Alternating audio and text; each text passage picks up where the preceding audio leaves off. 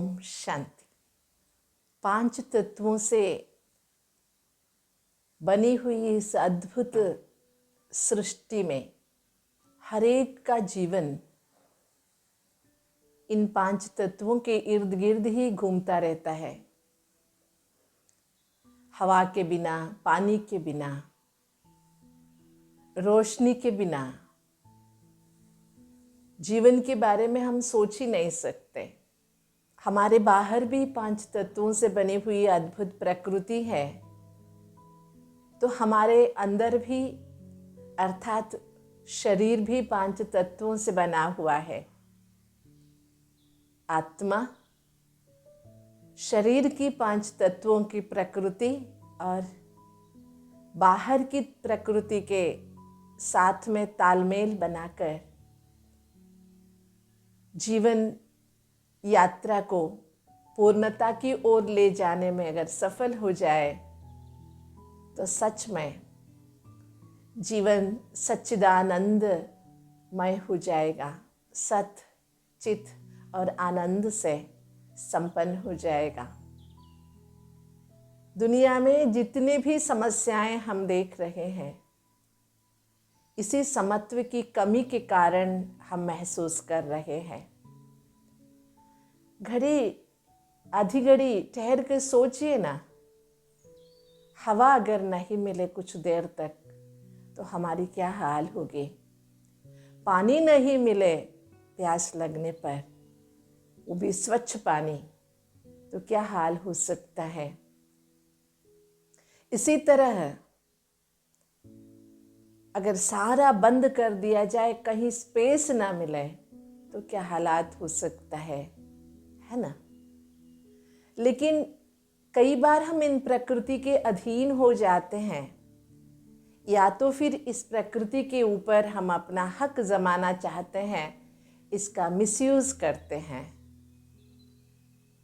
प्रकृति और चैतन्य शक्ति आत्मा के बीच के समत्व को बनाए रखना, इसी में हम कहीं ना कहीं पीछे रह जाते हैं, जिसके कारण जीवन के इस यात्रा को कई बार बोरिंग, कई बार मेहनती, कई बार असंभव, कई बार मेरे से नहीं होगा, निराशा, हताशा ऐसे महसूस करते हैं। विशेषतः जीवन में 3 चीज़ें बहुत महत्वपूर्ण हैं: साधना, साधन और साध्य। साधना करने के लिए साधनों की ज़रूरत ज़रूर है, लेकिन साधन ही सब कुछ नहीं है। साधन हमें अपनी साध्य की ओर या हमारी मंजिल की ओर ले जाने के लिए हैं, लेकिन कई बार रास्ते चलते हम मंजिल से भटक जाते हैं। हम अपने मंजिल से कोसों दूर महसूस इसलिए करते क्योंकि हम गलत रास्ते पे चल पड़ते हैं। जी हाँ, इस गलत रास्ते पे चलने का कारण हम अपने अंतर को यथार्थ रूप से पहचाने नहीं हैं, और हमारे अंदर कहीं ना कहीं अपने कर्म के बारे में अहंकार महसूस हो जाता है। इस अहंकार की महसूसता के कारण ही जीवन में जो अद्भुत सार है, जो होता है अच्छा ही होता है, जो हो रहा है अच्छा ही हो रहा है, और जो होने वाला है वह भी अच्छा ही होगा। बचपन से हम आप सभी ने एक कहानी तो सुनी है, एक राजा और मंत्री की। अचानक राजा की एक उंगली कट जाती है, तो वहाँ उपस्थित मंत्री कहते हैं, कोई बात नहीं, जो हुआ अच्छे के लिए हुआ। राजा नाराज हो जाते हैं, मंत्री को देश निकाला दे देते हैं, मंत्री देश से बाहर चले जाते हैं। कुछ दिनों के बाद राजा शिकार के लिए जंगलों में जाते हैं। जंगलों में शिकार के पीछे भागते भागते बीच जंगल में चले जाते, जहाँ से उनको रास्ता भी नजर नहीं आता तब तक शाम हो चुकी होती है। उतने में जंगल के कुछ निवासी, जो आदिवासी कहते हैं, उन लोगों को किसी की ज़रूरत थी या किसी को वो ढूंढ रहे थे। वो एक देवी के भक्त रहा करते थे और उनको उस दिन नर बलि चढ़ाना था, मनुष्य की बलि। वो ढूंढ रहे थे, इतने में राजा दिखाई देते, उनको पकड़ के जाते हैं, बलि के लिए तैयार करते हैं।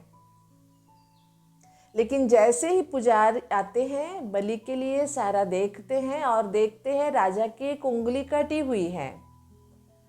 तो कहते हैं नहीं, इसकी हम बलि नहीं चढ़ा सकते हैं क्योंकि ये खंडित है ना, खंडित की बलि नहीं चढ़ती हैं। उसके बाद राजा वहाँ से छूट जाते हैं, अपने महल लौटते हैं और राजा को मंत्री की बात उस दिन याद आती है, जब मंत्री जी ने कहा था कि जो होता है अच्छे के लिए होता है। मेरी एक उंगली कटी हुई थी जिसके कारण ही आज मेरी जान बची।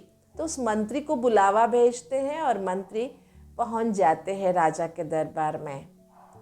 और ये बातें सारे सुनकर मंत्री भी हंस पड़ते और कहते हैं जो हुआ अच्छा ही हुआ, आपने मुझे देश निकाला दे दिया, जिसके कारण मैं आपके साथ शिकार में नहीं चला, नहीं तो मैं आपके साथ होता, संपूर्ण था, मेरे शरीर में कोई खंडन नहीं थे तो मुझे बलि चढ़ा देते। देखिए, एक घटना के कारण 2 जिंदगी बच गई। ऐसी एक छोटी सी कहानी हम बचपन में सुने थे। जी हाँ, ये सच है नहीं है इसी के गहराइयों में हम नहीं जा रहे हैं, लेकिन वास्तविकता क्या है कि जीवन में जो भी हो रहा है उसको हम पॉजिटिवली स्वीकार करें। अगर हमारे एटीट्यूड पॉजिटिव हो जाएगी, सामने वाला कैसी भी इंटेंशन से बोले, लेकिन ऐसी एटीट्यूड बनाने के लिए, हमारे मन को सदैव पॉजिटिविटी की रास्ते पे चलाने के लिए हमारा कनेक्शन सदैव पॉजिटिविटी के साथ रखना ज़रूरी है ना। सुपर पॉजिटिव एनर्जी इस दुनिया में कोई है तो वो है परमात्मा, जिसके लिए ही परमात्मा ने बहुत सुंदर बातें सुनाई है। मैया सक्त मनाह पार्था योगम युंजन मदाश्रयः, मेरे में ही आसक्ति रख कर मेरे में मन लगाओ तो तुम सदा खुश रहोगे, सभी ज्ञान के ज्ञाता बन जाओगे, तुम्हारे अंदर जो पूर्णत्व चाहिए उसको तुम पा सकोगे। तो ये हमारी जिंदगी परिपूर्णता की ओर एक सफ़र है, या यूं कहे यात्रा है। इस यात्रा को सफल बनाने के लिए साधन तो ज़रूर चाहिए, लेकिन जैसे देखिए आजकल अगर साधनों की अति उपयोग हम करते हैं तो उससे हमारे ऊपर नेगेटिव इफेक्ट भी होता है। जैसे कि डिजिटल्स है, आजकल सभी डिजिटल्स के माध्यम से हो रहा है, online everything is online. But हम भूल जाते हैं इस ऑनलाइन के चक्कर में सारे दिन, पूरे दिन हम जब डिजिटल इक्विपमेंट्स के साथ चिपके रहते हैं तो हमारे शरीर के प्रकृति के ऊपर नेगेटिव प्रभाव होता है। जिस प्रकृति की मैं बात कर रही थी, प्रकृति में विकृति नहीं लाए, यही तो संस्कृति है। प्रकृति को विकृत नहीं बनाए, इसके लिए हमें बैलेंस रखना ज़रूरी है।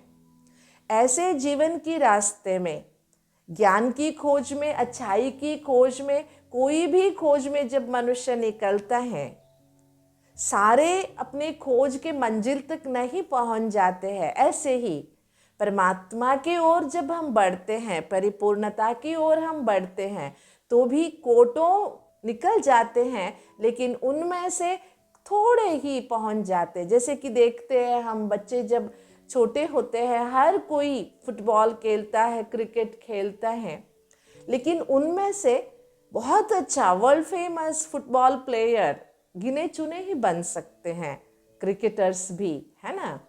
इसी तरह जीवन में हम अगर अच्छाई की रास्ते पे चलते चलते निकलते हैं तो अच्छाई का सोर्स जो है, सोर्स ऑफ ऑल वैल्यूज़, जिसको हम परमात्मा कहते हैं, उन तक पहुंचने वाले बहुत कम है। लेकिन हमें साधना को छोड़ना नहीं चाहिए।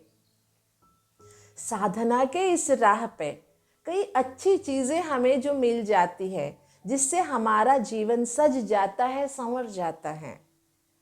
इसीलिए कहते हैं मनुष्याणाम सहस्रेषु कश्चित् यतते सिद्धये यततामापि सिद्धानाम कश्चिन् माम वेत्ति तत्वतः। कोटों निकलते हैं परमात्मा प्राप्ति की ओर। याद रखिए, यहाँ परमात्मा प्राप्ति का मतलब है हमारे जीवन को पूरी तरह से हम सफल करना, पॉजिटिव एनर्जी से भरना, हमारे अंदर परफेक्शन लाना। लेकिन ये एक दिन में नहीं होता, हमको चलते रहना चाहिए। ऐसे कोटों निकलते हैं, उनमें से कुछ लोग ही संपूर्णता को प्राप्त कर सकते हैं। तो क्या हमें खुशी है कि हम उस संपूर्णता को प्राप्त कर रहे हैं, उसकी ओर हम कदम बढ़ा रहे हैं। ऐसे कदम बढ़ाते हुए जीवन में कोई भी साधना करने वालों में 4 तरह के लोग माने जाते हैं। उसमें से अध्यात्म हो, समाज हो, जीवन हो या उद्योग। चतुर्विधा भजन्ते मां ये जनाः सुकृतिनो अर्जुन आर्था जिज्ञासुरर्थार्थी ज्ञानी च भरतर्षभा। बहुत सुंदर सा अर्थपूर्ण है ये श्लोक। परमात्मा को प्राप्त करने के लिए, परमात्मा माना वैल्यूज ऑफ ऑल सोर्स, और परमात्मा को प्राप्त करने के लिए कई क्या करते हैं, आर्ता बनते, हर घड़ी परमात्मा को पुकारते हैं। अपनी ओर से साधना नहीं करते, चाहते हैं हर किसी को हर बात में परमात्मा ही हमारे सहायता करे। और दूसरे हैं अर्थार्थी, कुछ पाने के लिए कुछ करने वाले। और तीसरे हैं जिज्ञासु, उनके अंदर ये सब जानने की इच्छा है। जैसे कि आजकल के युवा को हम देख रहे हैं, उनके हाथ में मोबाइल आ गया, वो हर चीज़ यूट्यूब में ढूंढेंगे।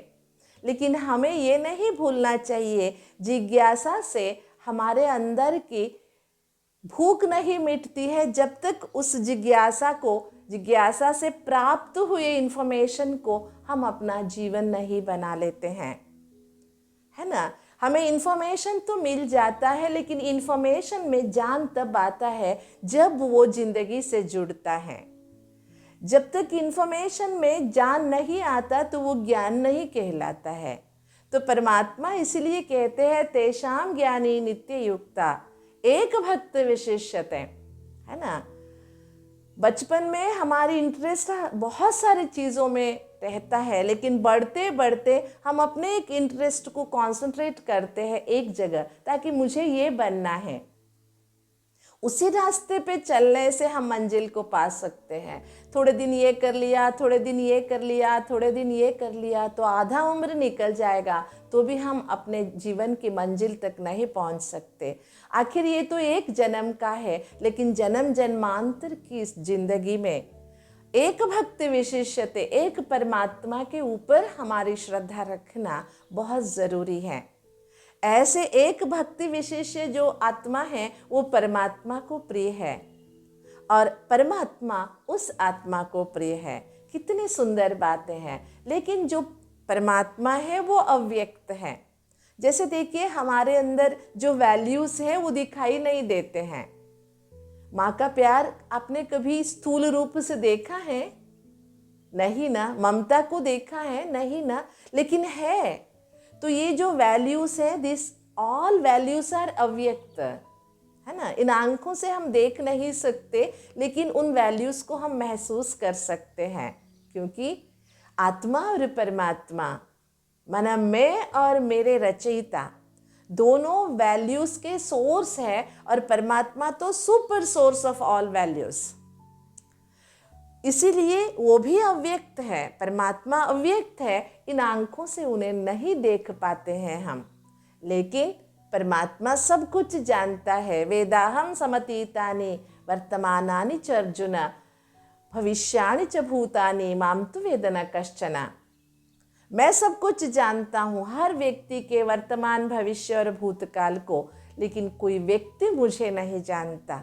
यही तो समस्या है जीवन में। हमें सब कुछ चाहिए, वैल्यूज़ चाहिए, लेकिन वैल्यूज़ का जो मूल है ना, मूल्यों का जो स्रोत है, उस परमात्मा के साथ अपना संबंध बनाए रखना, उसी के साथ हमें अपने सब कुछ समर्पण करते आगे बढ़ना, ये बहुत महत्वपूर्ण बात है जिसको हम भूल जाते हैं। कई बार हम घमंडी हो जाते हैं रास्ते चलते और सोचते हैं हमारे जीवन में जो कुछ हम करते हैं वो परमात्मा के सामने अर्पण करने की क्या ज़रूरत है। ऐसे ही एक छोटी सी बात मुझे याद आ रही है। कई बार हमारे मन में प्रश्न उठता है कि परमात्मा को अगर हम भोग लगाए, वो तो खाता नहीं है, जितना भोग लगाते उतना वैसे ही रहता है, तो ये फिर दिखावा क्यों करे।